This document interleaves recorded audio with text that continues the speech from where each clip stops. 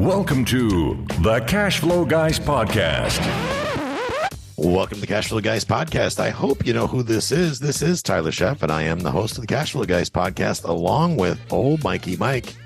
You're on the ground again today. This is like almost 2 weeks in a row. This is kind of crazy. I'm on the ground again, and we come with some stories and some stress that I'm sure a lot of people are wondering about. And that's why I'm excited about today's podcast. So everyone knows I'm a pilot because Tyler always talks about it, because he either pissed off because I'm up in the air and I can't get on the podcast, Right. or I'm on the ground and I have a bad connection. But here we are. That's right. Mike, come down from 30,000 feet and get on the damn show. I'm doing this thing by myself. Been doing it that way for 8 years. Enough is enough. It's true. It's true. So what's new with you? Things are pretty stressful out there. You Yep. know, media is not covering everything, but the airlines are really stressed, not just for fuel wise either. Consumer demand, FedEx and UPS, they're not doing very well. They're not too happy right now. They're overstaffed, basically. You've heard about the pilot shortage all these years. Well, They kind of overcompensated. And so now things is the travel market, I guess you would call it, is kind of settling down to normal after the highs after COVID. So now we're starting to feel the pinch of like, oh no, they hired too many. So there's a lot of panic out there. People have gotten used to the $29 tickets. Right. Unfortunately, that's not sustainable with the gas prices going up. And now with demand going up too, it's not all peaches and roses anymore. So that's why I'm excited to talk about today, because I know I'm not the only one out there who's kind of stressed about what's going to happen tomorrow with my W-2 job. I know I'm not the only one. Right. Everyone listening has had whispers of like some uncertainty in there when their next paycheck is it going to be coming in 2024? What about 2025? So that's why I'm glad we're talking about cash flowing, not just assets, but now we're going to be talking about some small business, which I'm really excited about. Too. You know, the name, we kind of let the cat out of the bag a couple weeks ago. We started talking about a pivot in the way we do our content, the type of content, because good Lord, we've beat real estate to death for all these years, almost 400 episodes now, which is kind of mind blowing to me. It's like, oh, I needed a nap after 400 episodes, but we're just not in the W2 side of things, is that we're seeing it on the real estate side as well. We just did an update to our investors the other day. Fortunately, we're still in a great position with the business model that we're working on, but not everybody's the same way. Apartment syndicators, they're doing cash calls. Properties are starting to be undervalued. We're properties that were supposed to have been refinanced can't get refinanced. There's an affordability crisis in America. We talked about this a couple episodes ago. People are going broke fast. The recession is starting to catch up. Whether you believe there's a recession or not, doesn't matter. Know this: your groceries cost more. You go to the groceries, or you go to the grocery store, you swipe a credit card, it just costs more every single day. I went the other day to the store. I spent $400 and I don't think I barely got a week's worth of food. Unbelievable. So you got to start looking at ways to pivot. Mike, you're an airline pilot. That's what you've been trained to do, but you're also a trained engineer. You've done several different things over your lifetime. So have I. I'm looking at real estate now. They're basically systematically unwinding everything we know in traditional real estate as being a realtor. So my meal ticket is starting to look a little bleak in that regard. And that's before we even get into a market shift or a market crash or anything like that. It's just the way I'm used to earning my income is starting to make changes. The way you earn your income is potentially in jeopardy. And that's for all pilots, not just Mike Marino. It's for all pilots. Everything is starting to come to a head. So when that happens, that's when we start looking at, okay, what are we going to panic and then overreact? Or are we going to take a minute? Let's take in some new information, better ourselves, and maybe consider a pivot. And that's kind of what we're here to talk about today. Now, for the last couple weeks, couple months, I have been quietly self-educating on a specific industry that I actually have a relationship with. A lot of you guys probably don't realize this, but Mike and I are part of what we call an inner circle group. That group has been going now for about 7 years, and it's basically a mastermind. It's self-employed people. We get together once a week, and we've been doing it now religiously every Wednesday, first thing in the morning for like 7 years. It's a private group. It's not open. That's not what this is about. And it's a closed group. We're not looking for new members, and that's not what we're going to here to talk about today.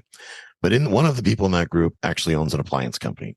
And Mike and I have been working together with them as a fellow mastermind attendee for years. We've heard when they had rough times, when they had good times, helped them work through personnel changes, marketing, all these different things. I am not a appliance guru by any means. Don't pretend to be. Never will be. But we do, Mike and I both have that background with a service business in working with our we'll call him Lance, who owns the appliance company. We started looking into where's his business shifting. And meanwhile, Mike and I are going through all these changes, yet Lance just keeps on trucking. It's like when we've gone through all kinds of things, market crashes, stock market this, Bitcoin that. Meanwhile, Lance keeps his head down and just keeps on trucking along doing his thing. That got me wondering. So I started, and as a way, Mike and I and the other members of the mastermind, we actually take time to research each other's businesses so that when we show up every Wednesday, we have something to bring to the table to help them out. In this case, I was looking up some stuff for the appliance industry, and I tripped over our guest today. So Dayton, are you with me? Yeah, I'm with you, Tyler. Thank you. All right.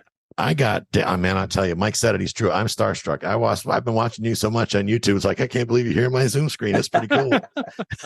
And I'm not the guy that gets starstruck. I mean, I've had like the Gary Keller on my Zoom session from Keller Williams and some big folks, but I'm so happy you're here. Your content. I met Dayton indirectly through YouTube. I was YouTube searching, trying to help Lance, the guy that we work with, overcome some challenges that his business was going through. And I stumbled over applianceprofit.com. So Dayton, you have a course, and you own an appliance company, correct? That's correct. And from what I saw, you've been in the business now 17 years. That's correct. Are you going broke, sir? No, sir. Things going well then, huh? Things are going well. I never considered the appliance industry. I just didn't even think about it. And I know, obviously, knowing somebody that's in it, I thought, that's cool. He does well. I just didn't realize how well they do. So you put together this training, and folks, I took the training. Now, you guys know I'm not going to sit here and bring anybody in the show that I haven't fully vetted. We've been doing this together for a long time, folks. And this is by far, except for Larry Harbold, the only content I'm ever going to endorse, ever, probably. Because if there's anything better than this, I can't believe it. I'll probably be dead in heaven or wherever else I wind up. But Dayton, you put together a course based on getting right to the point on how somebody can build an appliance business in a reasonable amount of time and be successful in it. With you've been in it 17 years ago, something changed. You decided to be an entrepreneur. Maybe you were working somewhere else. Tell us about what that was like. Well, actually, it all started in high school. This is honestly all that I've ever done. So during my 11th grade in high school, I started working for a used appliance company. And the way that would work was, I was just their delivery guy. So the way things would go is they would get a truckload of used appliances in. The company would give us a 90-day warranty on those used appliances, in which we would turn around, sell those used appliances to, individual people, and we would extend that warranty to those people. So the way it would happen was, obviously, out of a truckload of used appliances, some of them are going to break and fail within the 90-day period. Right. So the way the system would work, and I understand this is an awful system, but this was 17 years ago, Right. But the way it would work is, if the refrigerator broke down, we would say, okay, well, we'll deliver you another one. We'll pick up the broken one. And, we would just get credited it whenever the next truck came in. Very bad system, but it's just the way it worked. Right. So the next time the truckload would come around, we would have whatever it is in the back, 10, 12 broken appliances that they would bring us replacements for.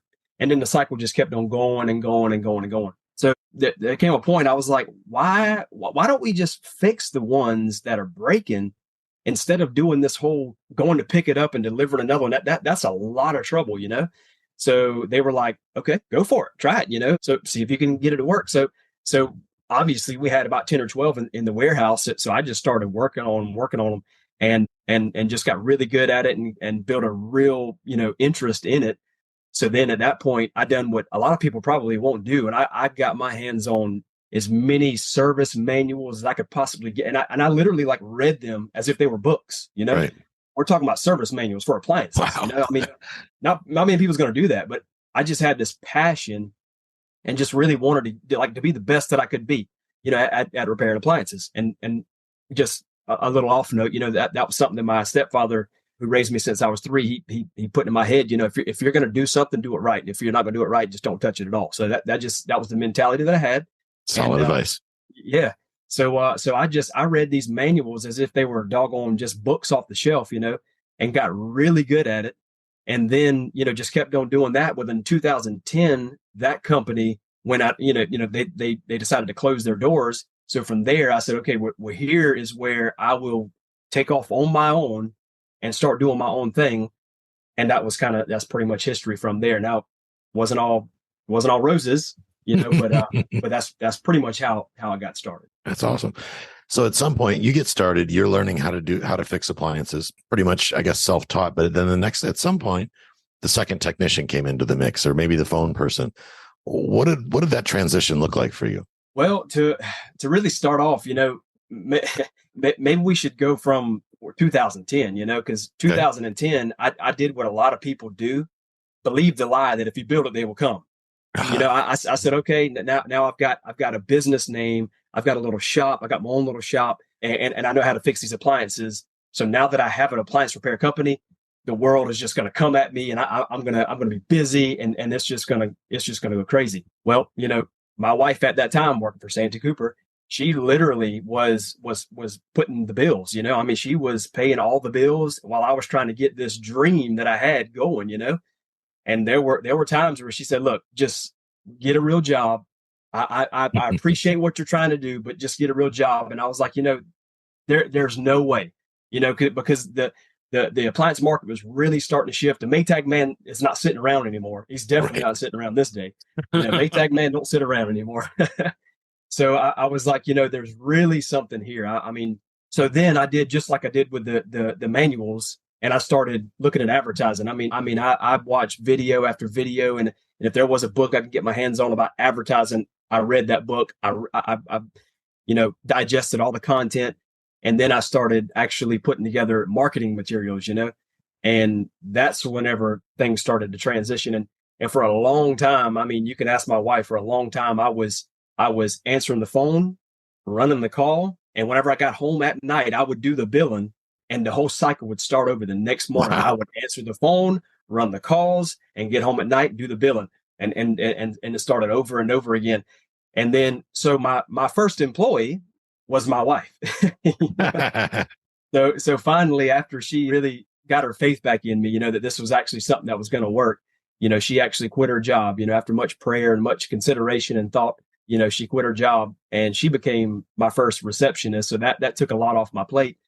But then it just got to where, I learned Google Ads so well for the appliance repair industry that we still pick about it. We call it the light switch. If we need more work, turn the switch on. If we're too busy, turn the switch off. And it got to a point to where we were so busy that, I would leave early in the morning and get home late at night. So we were like, look, we've got to hire some people. And, from there, we started hiring technicians, and from there, we started hiring office staff. So now, of course, just fast forward in a little while, we're to the point to where we can kind of step back and work on the business, instead of in the business. Now, how many technicians do you have these days? So right now I have 3. We had 4 and literally just lost that 4th one about a month and a week ago, about 5 weeks ago. Nice. So what do you say to the person that maybe wants to get into the business side of this? That's like, for example, like Mike or myself that wants to get in this, but doesn't necessarily want to be the appliance repair guy. Is there an opening? I believe so. If you had to start where I started 17 years ago and you had no help, obviously you would have to learn the whole process. And I would say that in that case, it probably wouldn't be something that you could just go and just start something and have somebody run it for you, because you would have to know the ins and outs. You would have to get to know the ins and outs. Right. But like that's what I'm trying to do is I'm trying to help people that don't have any appliance background and try to get them on the fast track and try to skip, 10 years of all the struggle that it took me and try to just go ahead and get you just going, So I believe that there is an opportunity for somebody to do that without even having to get your hands dirty, One of the things and folks, full disclosure, this is not a sponsored episode by any means, but I did get complimentary access to the course so that I could review it, just to be perfectly transparent, because you guys know that I'm never going to misrepresent the facts here. I have gone through the entire course, beginning to end, didn't miss anything. Actually went through the second time. It was because I couldn't believe what I was hearing, and then started applying some of it. I was like, goodness gracious, this actually works. One of the things that small businesses have, and this is especially true to real estate investors, is lead generation is always the number one thing that holds people back. If you're a wholesaler, guys listening to the show right now, if you're a wholesaler, you're out there looking for sellers, motivated sellers to call you. There are all these gimmicks, direct mail, there's bandit signs, there's Facebook at whatever, it doesn't matter. The marketing is always the biggest hurdle. People are not good at lead generation. What I loved about your course is not only did you teach the core concept behind how you get your lead generation, but you literally provided every single thing that you use that is literally baked in and just, it's literally, you talk about done for you, 100% done for you. If you can't figure out how to make the phone explode after taking this course, you don't speak English, apparently, and can't pay. I mean, you gave away everything. And what I love about that is that real estate courses have a habit of giving you just enough to sell you the next widget. It's like, oh, but wait, there's more. Hey, you want to learn how to get now that we taught you how to fix appliances, you want to learn how to get leads? Oh, that'll be another $13,000. So at some point, the student winds up falling off the wayside. They're broke and then they're in credit card debt. But you go open kimono and just give the whole enchilada right in the course. And it blew me away how efficient everything was laid out. It's like, okay, I've been doing this 17 years, made lots of mistakes. So I'm not even going to bother to tell you what not to do. Here's exactly what you need to do. And here's your sales funnel. And here's the software that you need to use. And it's $99 a month. And yes, it's going to cost you $500 a month in operating expenses to make all these technology tools work together. Guys listening to me, I'll put all this contact information down in the comments below or in the description below, but you need to go check this out. So what I hear, Dayton, and what I take away from the course is if I'm a guy that wants to learn a trade, I can buy your course. I'm going to learn where I can go if I want specific appliance training. You actually give the vendors in the course. You can go to this school or that school. So a lot of the decisions that I was out looking for information to help my friend with, those decisions, you've already made them because you've already been doing this 17 years. And it took me exactly to where I needed to go. And then when I had the lead generation kerfuffle, I guess you could say, and I'm a copywriter and that's what I do. And I started looking at the way you got things set up. I'm like, this is perfect. You don't have to do anything. You just literally plug it in. And then guys, even if you're not technologically advanced and you're not the type of person that's going to build a digital funnel for what I think is too cheap, the fee that you're for a small fee, you will set it up for them where they literally just turn the key and fire it up and it's ready to roll. That's right. That's pretty impressive. Yeah. So if you're either a guy that wants to be an appliance repair person and wants to do it, or wants to own an appliance repair business and wants to look at it from up above and go, okay, how does this work so I can figure it out? And then maybe I hire the team to actually do the boots on the ground. From my take, and this is my perspective, that's all in your course. It's there. I mean, that's it. Exactly. And actually what really made me think about that is because I have a guy in Georgia. He's actually a very successful guy, but he does like building stuff. So he's a contractor, and he went through the course himself, and we got to talking because I really like to communicate with the people that go through the course. I don't just like to say, hey, here's a course, you're on your own, don't talk to me again. That's just not the type of guy I am. Right. I like to communicate, and if there's anything I can help with, I like to be able to help. So anyway, I got to talking to him, and he was like, he said, my main thing is what I'm doing. He said, I almost see a decline in what I'm doing. He said, I don't really want to be the one that does the work, just as you were saying, because he's already a contractor. So pretty much he just kind of calls the shots anyway. He goes out there, he gets the job, and he has guys do it. And so he just kind of wants to put his money to work. And he's the one that told me, he said, I'm just going to take the system and hire, staff, hire a technician, at least start off with one, hire somebody to answer the phone. And I'll just kind of sit and manage the whole operation, but let them go out and do the work. He said, even if I can, hire a guy that's already trained, and if I have to pay him $25 to $30 an hour, which is very reasonable compensation, he start off there and you're still winning, and you don't have to do any of the work. That's amazing. And when it comes down to getting started, go ahead, Mike. Oh, no worries. For our audience, Dayton, we're hearing bits and pieces. I hear a lot from Tyler because he's always raving about your system. Can you tell our audience, like, let's say you want to be the puppet master, you want to start the company, like Tyler's a marketing genius. That's why he likes this, right? He could be the marketer, and then he can send out, his employees to go out and do the appliance repair work. I know you and Tyler were talking earlier about numbers as far as one technician generates about how much in your wallet. Yeah.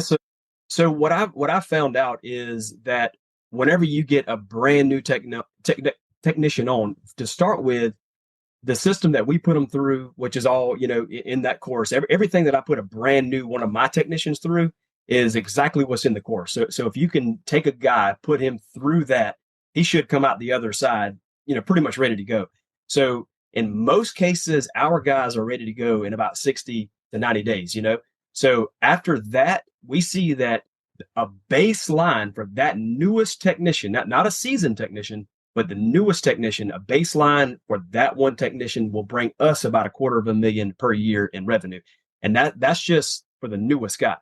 Now, the seasoned guy that can run much more calls, you're looking at much more than that. Wow. So this almost sounds like a business in a box then. Exactly. And see, here's the thing. There's other details that are very important.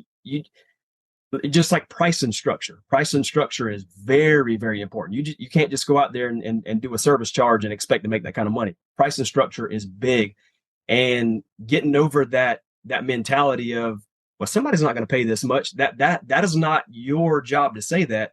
That's left up to the customer. You'd be so surprised how much they'll pay to get a refrigerator back up and going.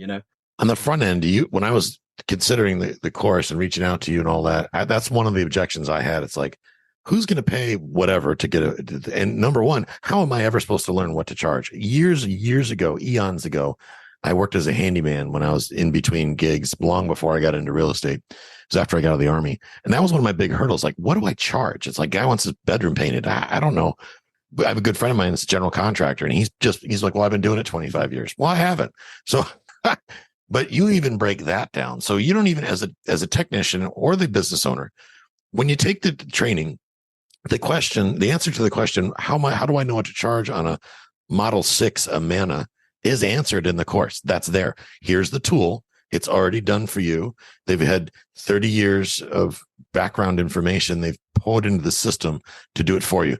Well, what about a sales funnel? I don't know how to work a sales funnel. Well, we'll do that for you. And what do I say? What about copy? What about images for my appliances? What about my logo? Done, and done.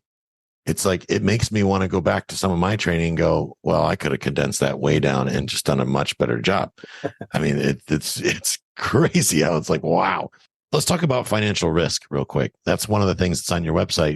People are worried about the financial risk. How, is this a huge investment? Gee, Tyler, I can hear people right now. I don't have $100,000 sitting around to buy a bunch of fancy tools. Theoretically, that's not really the case, is it? You don't need a massive investment. No, you don't need a massive investment. If we go back, to 2010, I was running calls out of a single cab Chevrolet truck. Now, I mean, I understand that's not the most professional thing to pull up in. I get it. But, honestly, and this is no lie, there are companies, rather. I don't want to say people and downgrade it. There are companies that run Priuses. No kidding. Wow. Run Priuses as their service vehicle. Just put some stickers on the side, whatever. So it's not like you have to have the most expensive top-notch van. And then as far as tools, I mean, your most basic hand tools, a lot of them you probably got in a toolbox sitting somewhere to start with.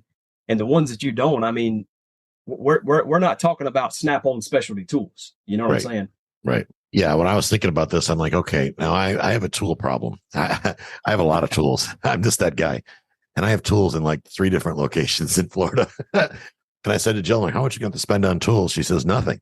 I'm like, why? She goes, you have, based on what he said in the course, I know you have at least 4 of everything. So if you want to open an appliance business, you could have 3 techs equipped right now. Exactly. All you got to do is go through the garage and organize that stuff, and you'll have it all set up. So in this course, you learn the overarching whole idea behind the business, whether or not to do warranty work, whether or not to work on more complex appliances, things that people don't like working on. I know I hear a lot in the industry, as I've been paying attention over the years with working with Lance, stay away from Samsung. You say, oh no, go solve the problems that other people aren't willing to solve. When I heard that, I was like, see, that's something I've been telling the listeners for years. Guys, don't go with the easy stuff that everybody else does because everybody else does it. You want to be a specialist? Go figure out how to solve the problems that other people are either unable or unwilling to solve. Any thoughts on that, Dayton? Absolutely. In Myrtle Beach, there are companies that will not touch Samsung and LG. And every time that I hear that, I just praise the Lord because because I just think it is absolutely silly, but I am thankful for it because Samsung and LG, oh my goodness, I can't.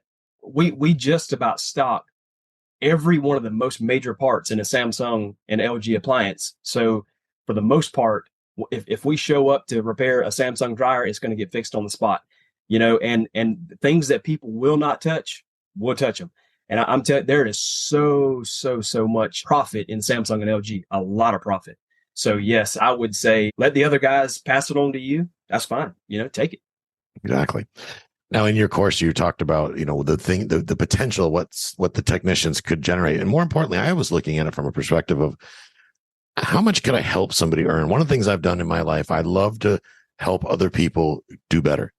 In real estate, I was one of the top paying people or top earning realtors, but I also made sure that the buyers that brought me offers were well compensated. Mike saw an example of how well that worked when I sold his house.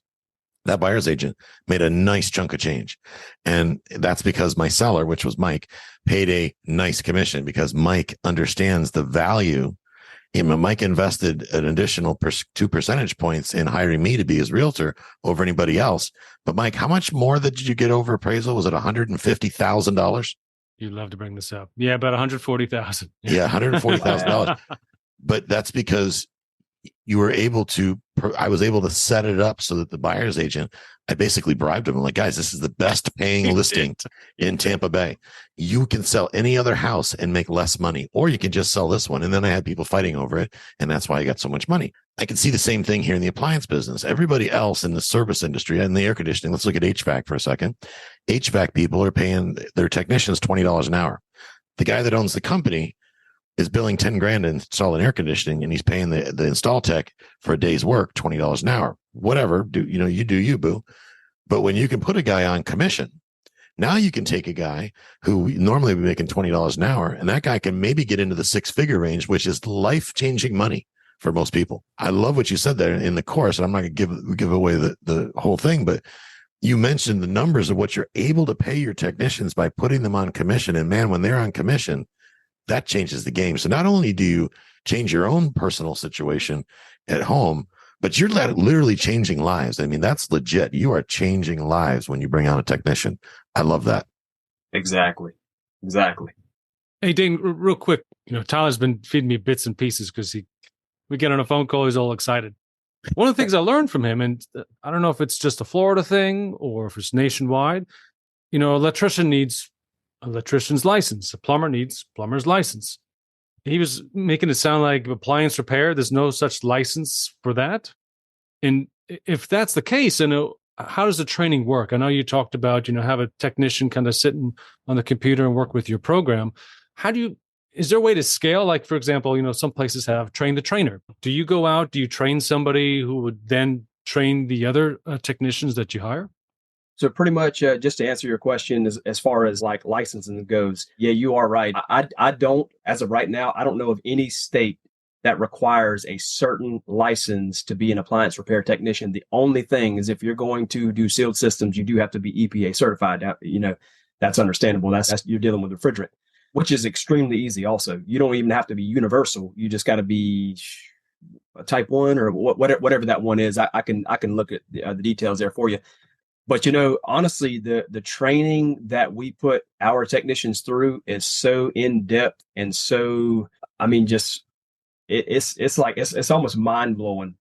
So with that, that's pretty much all they need, and they are, well, of course, with some hands-on experience. So after they go through the book training with a little bit of the hands-on training, and they start putting the book training, what they've learned, into the hands-on training.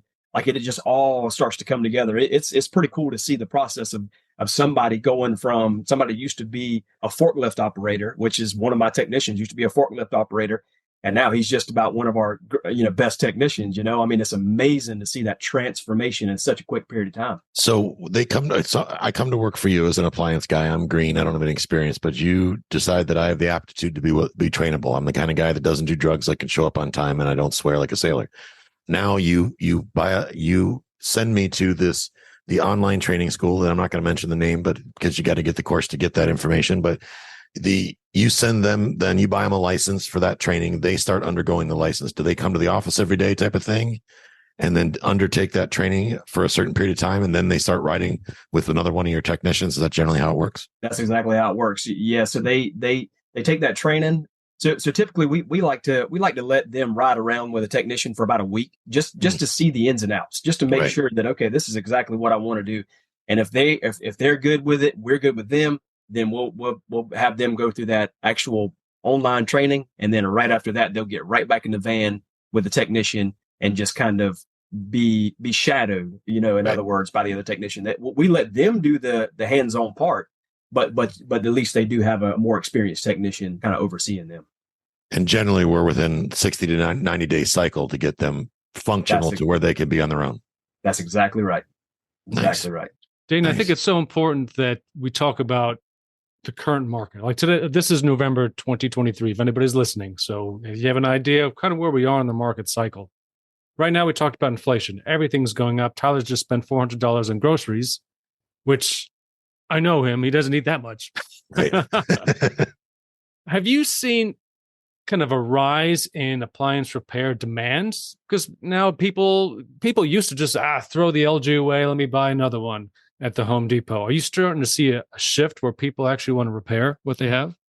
I started to see that shift over a long period of time. We've always, every year over year, after I got my marketing in order, at first I didn't know whether we'd eat or not, but of course, a long time ago, once we got marketing in order, year over year, we have increased revenue year over year. And I will say this, what was it, 2019, early 2020, when everybody was getting shut down, stay home, all that good stuff, I was pretty concerned. And I was like, what's going to happen to us, and if people aren't making money, they're not going to spend money. They ain't going to buy appliances. But I will promise you that was probably our biggest spike in revenue increase. I mean, huge spike in revenue. And then from there, it's just been growing on top of that. So we haven't seen any, because that's kind of what I figured. I figured, well, people is going to pinch every penny they can, and they're not going to repair. They're not going to do it. But it has been the opposite. So maybe it's working out to where they're holding on to what they got and repairing it versus replacing, Well, yeah. I mean, if you ever shop, you probably don't shop for appliances anymore, Dayton, but I have, and most recently, and it's like, I'm looking at new appliances for one of my apartment buildings, and I fell into, they almost had to start my heart again. I was like, you got to be kidding me. It's a refrigerator. Well, I mean, come on, it's a refrigerator. It's not like designed to launch missiles. So yeah, when you look at fix or, repair or fix or replace, the cost of appliances has just gone insane. I mean, absolutely insane. Wow. Yes, stuff. It has. So for your technicians, you have them all on commission, or do they start with like an hourly and then go to commission type of thing? Hourly and commission. Yes. Okay, good.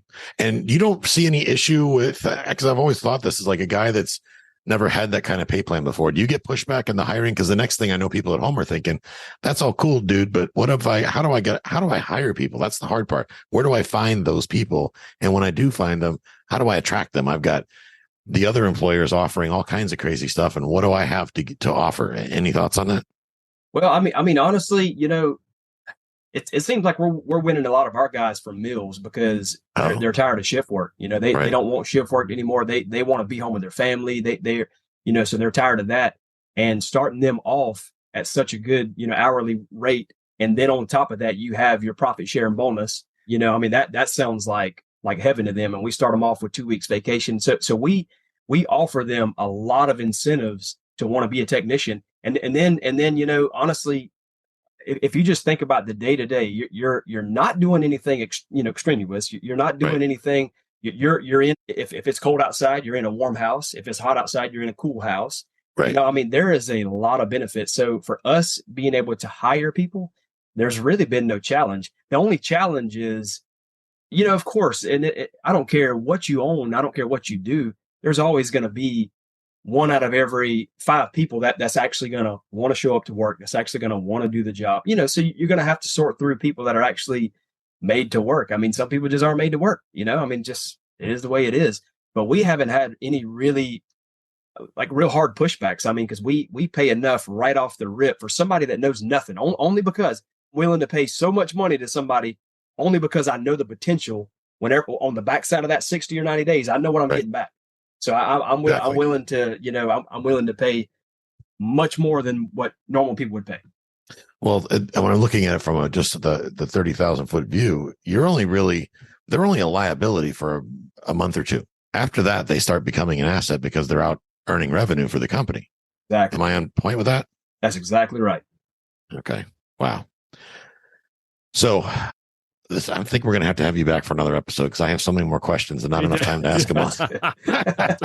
Because I know I'm going to get a lot of questions from the listenership and they're going to be interested in this. But so I kind of want to wrap it up and put a bow on it.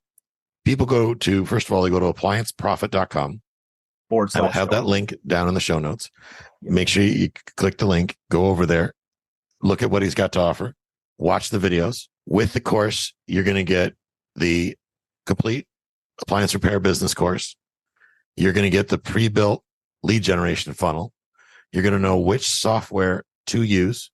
And if you don't want to set it up yourself, if that's too much, maybe you're not a tech person, we can hire your company to set it up for us for a nominal fee. You're going to get the Google Ads training, your training, not just schmoo on YouTube, but somebody who's actually learned how to do it the right way for appliance repair, not for, wholesaling houses, but industry specific appliance repair, Google ad training to make the phone blow up, how to track all those leads. That's all in there, and a one-on-one coaching session, all of that. And I feel like I should be working for you. On top of that, this is what you did the other day that blew me away. I get an email because I'm now in the funnel because I took the course that says, oh, by the way, I just finished putting together sealed system training. So I'm going to add that to the course and all these other courses. So this is an evolving thing. So if somebody buys this thing today, you're not done yet, are you? When it comes to training, you're just getting warmed up. That's exactly right. I've still got plenty more to add. Yes.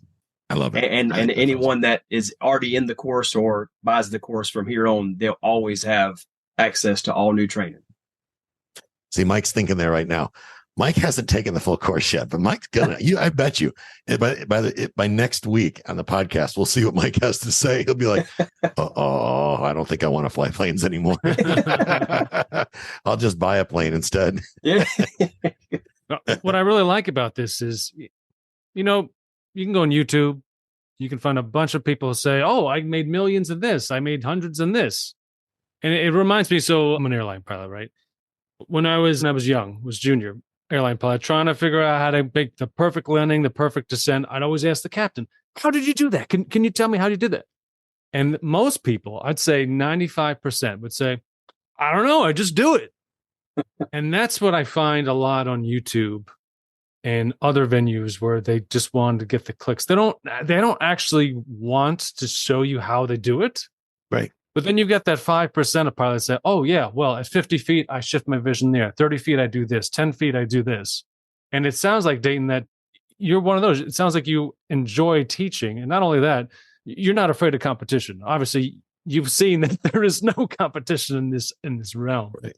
So anyway, I'm so glad to have somebody who actually wants to be a teacher to help cash flow, to help all of us kind of reach that American dream, that potential of cash flow, so we can have that side hustle and maybe eventually leave our jobs like at Santee Cooper. I laugh because Dayton's wife and I used to work at the same electric plant in South Carolina years ago. Right. And we just figured that out right as we pushed record on this episode. Yeah.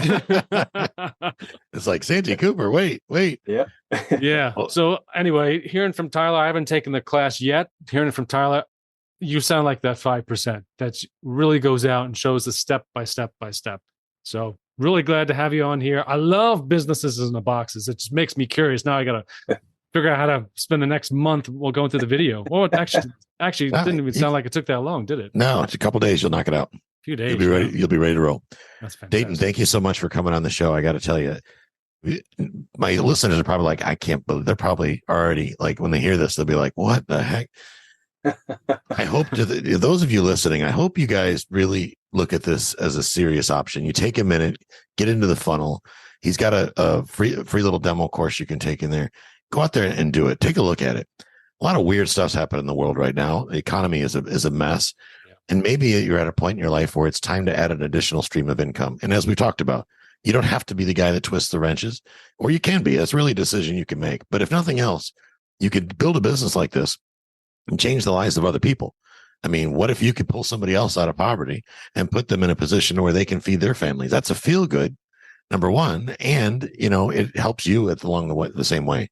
So Dayton, thank you for taking the time to, number one, come on this episode. It sounds like you got your plenty going on, but more so, thank you for being transparent and sharing everything without some sort of BS upsell on the back end. Yeah. I wish you great success with your course. You're not done with me yet. I'm gonna be reaching out to you as more stuff comes, and I'd like to get you back on the show as we progress, because I think when the listeners start getting into this content, they're going to get excited, and we're going to have a lot of success stories. And I'd like to bring some of the students maybe that pull the course on the show to talk to them about it with you here and to kind of build this whole thing up, because you are one person that we're going to pour into, and we really appreciate you taking the time to come out and join us today. I appreciate y'all very much. Thank you, Tyler. And thank you, Mike. Appreciate y'all. Thanks, Dayton. All right, guys. Well, there you have it. It's right to the point. It makes it very, very simple. You go down to the show notes, you hit the button, applianceprofit.com. That's what gets it started. It starts today. Don't wait till tomorrow. There's no reason to wait till tomorrow. Tomorrow's not going to get any better. The world is changing around you, whether you like it or not. You want to make a massive radical change and have an amazing 2024. This is one very simple, practical way to make it happen with very little investment. You are officially out of excuses, gentlemen. If you have any questions, feel free to reach out to me. You know how to reach me, info@cashflowguys.com. And of course, if you have information on Dayton and his course and all that, all of his contact details will be down in the show notes. Folks, have a great week, and we'll catch up with you next time. This concludes today's episode. You don't have to wait till the next episode to learn to earn.